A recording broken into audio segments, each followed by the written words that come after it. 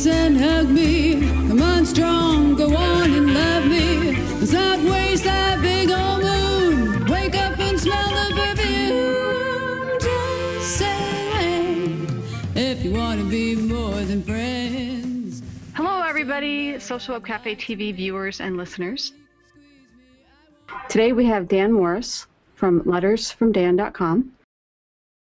You know, the world doesn't change, and the great thing about change is that it forces you to continually look at the way you're doing things. If you just, set it and move on, it's hard to even audit yourself because you just don't pay attention. Anything that you do on purpose is pretty much a good idea as far as I'm concerned. Sometimes they don't work, which is fine, but at least you were doing something on purpose. Here's the last tip for you. So I have a product called the Marketing Calendar Blueprint. And the idea is that you always want to be in front of your audience, no matter what time of the year it is. So speaking specifically of hashtags, I would encourage you to search high and low for every event, activity, symposium, conference, convention, anything that has to do with what your profession is. Find the Facebook page, find the Twitter page, and find what hashtag they're using. Put it on your calendar. And a month before and a month after, start using that hashtag in your tweets and on Instagram. And start staying in front of that crowd all year long. For everything that you do, always be in front of the people who will make you money. So learn to use hashtags to your benefit. Today we have Ileane Smith from basicblogtips.com. If you find a mentor, you find someone that's credible, that's honest, they have some integrity, follow that person, stick with that person, and they'll show you the ropes. That is beautiful. And ladies and gentlemen, if you're looking for a mentor, you have one right here. I'm always available. Today we have Chuck Hester, an expert in LinkedIn, and he's going to share some tips and an interesting perspective on how to use social media. Yeah, it's citizen journalism, and it can become citizen marketing at the same time. I like that. I've heard the citizen journalism, but I like, citizen marketing. Yeah, I'm writing that down as I speak, Deborah, because that's something I've never said that before. Wow. That's good. Okay, you guys, you've heard it here first. Chuck Hester, citizen marketing.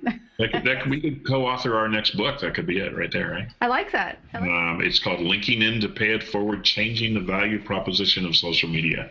And there's a wide variety of things that go along with that title, but mainly it's talking about how you can be of service to others and how that will make a difference in how you approach someone that you're going to be engaging with on social media.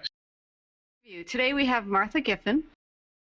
Well, I think it's basically because I like to talk. And you know what? Social media is just conversation. Some things don't change, and that is, the conversations that you have with people and being engaging with people on Google Plus, wherever they are. That is my best tip, is don't be overwhelmed by it. Don't try to do it all. Have a presence, obviously. Have, a place where people can find you. But don't spend all of your time on all of the sites. It's not necessary for most small business owners. And today we have Laura Rubinstein from Social Buzz Club. You can see one of those ads on Facebook on the side there for 7 to 21 times before. If it's something you would click on, that you actually would.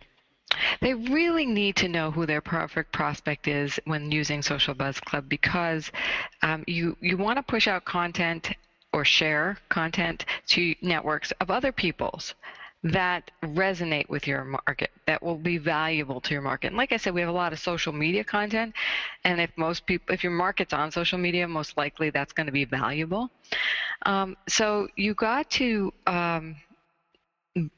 know your market, what they resonate with, and also that will help you write your own content and buzz out other people's content. And be the person who, what I call, aggregates and then disseminates other people's content, because you actually seem like a very generous hero to your networks. Today we have Patrick Schwerdtfeger. Everyone thinks that you need to do some incredible thing to become a keynote speaker, right? You need to land a plane on the Hudson River, right? Remember that guy, Captain Sully Sullenberger? You know what I mean? He's a speaker today because he landed a plane on the Hudson, right?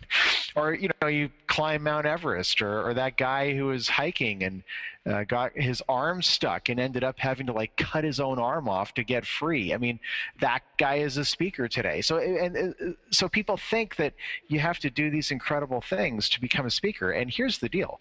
If you do something incredible, you can become a keynote speaker. It's true, but you don't need to. You do not need to do that. It's a market like any other. There's supply, which is me. There's demand, which is conferences. They're looking for speakers, and if you give them the right content and you give them the information they need, then there is some percentage that they're going to select you. And that's, you know, that's the best part. Like imagine, okay, two scenarios. Number one, you go to Google, you search for a keyword phrase, okay? You see the list of results that comes up. One of them appears to have the answer that you're looking for. You click on it, it's a blog. Sure enough, it has the answer that you're looking for, but this blog has 3 posts, okay? Now, same scenario. Keyword phrase, go to Google, search for it, listing, see one that you think has the answer that you're looking for. You click on it, you end up on a blog. Indeed, it has the answer you're looking for. So far, everything's the same, okay? But this one has 300 posts, right? I'm and going for that one. Links to YouTube and links to social media and videos and podcasts and all this stuff, right? People study this kind of stuff. How are those two scenarios different, okay? When someone goes here, they get the answer they're looking for, but their subconscious mind doesn't register anything beyond that, and they click back and they're gone. They don't even remember the name of the blog, okay? People who go to this blog, they get the answer they're looking for, but their subconscious mind says, oh my gosh, I have found a resource. Special guest, Debbie LaChusa, and she is the business stylist. The best tip I can give is that be yourself. You know, whatever it is that you're out there doing, a lot of times I think we get so caught up in learning how to do, whether it's how to market, how to do social media, anything, that we forget who we are and we forget about all the knowledge and experience that we bring to the party. I like to say we sometimes check our brain at the door and we just sort of put ourselves in the hands of the guru or the expert that we're listening to. And while there's always things that we need to learn, I think we have to remember that we already know a lot. And it's about taking all of it, running it through our filter, taking what fits, and being willing and strong enough and confident enough to let go of the stuff that doesn't feel right to me, and just go, you know what, I'm gonna do what feels good to me and try it out and see how it works. Because what I can tell you is marketing is not like accounting. It's not black and white. And what works for you may not work for someone else. They have different clients. They're different. They're in a different marketplace. So it is a little bit of a trial and error. So I try to teach people steps so that they can minimize the error and they can have more success. But ultimately, you got to get out there and try things out and see what feels good and see what works.